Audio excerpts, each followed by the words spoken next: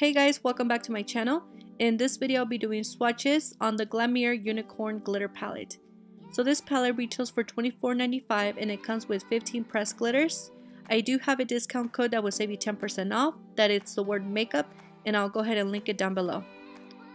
So the packaging of the palette is a cardboard palette with magnetic closure and it does not include a mirror.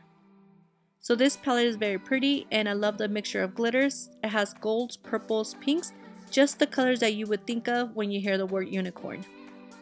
So the glitters are pressed, but they are not wet feeling, nor can you feel any type of gel when you actually touch them. And I actually like these pressed glitters because they don't make a big mess.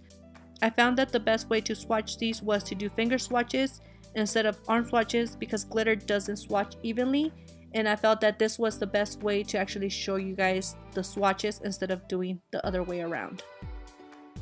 So I would recommend you applying these with a synthetic dense brush, and for a longer lasting I would recommend applying glitter glue. So I hope you guys found this video helpful. Let me know what you guys think and I'll see you guys very soon on my next video. Thank you guys so much for watching.